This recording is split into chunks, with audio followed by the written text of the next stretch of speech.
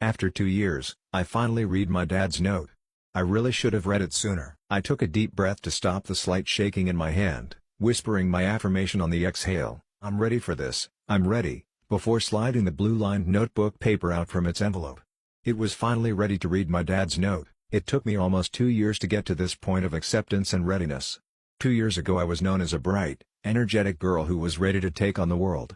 Having just finished high school as the class valedictorian, I was following in my father's footsteps and received a full-ride scholarship to his alma mater where I would also compete nationally on the women's track team.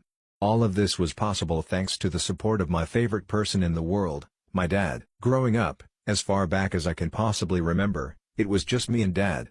He had told me that my mother had given in to her drug addictions, and walked out when I was still an infant. He always told me I looked just like her, which I can verify by the pictures he showed me. That being said, he never was able to find her. Nobody knows if she is even alive. My dad didn't hesitate to be the perfect dad, regardless of losing my mother. "You and I, we're a team," he always told me, "together, there's nothing that we can't handle." And that was true. Every day, he'd take me to school and head straight to work, just to come home and shuttle me to all of my extracurriculars, and still make time to help me do my homework and studying.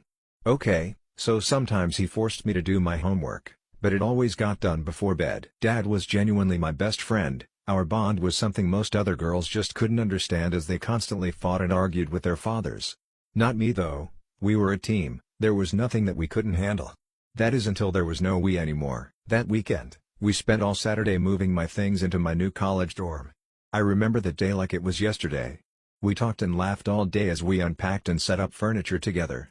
We could only avoid the inevitable for so long though, as night fell and Dad still had a 3-hour drive home.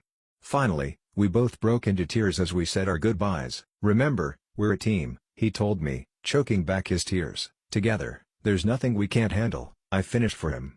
And with that, he climbed into his pickup and drove off.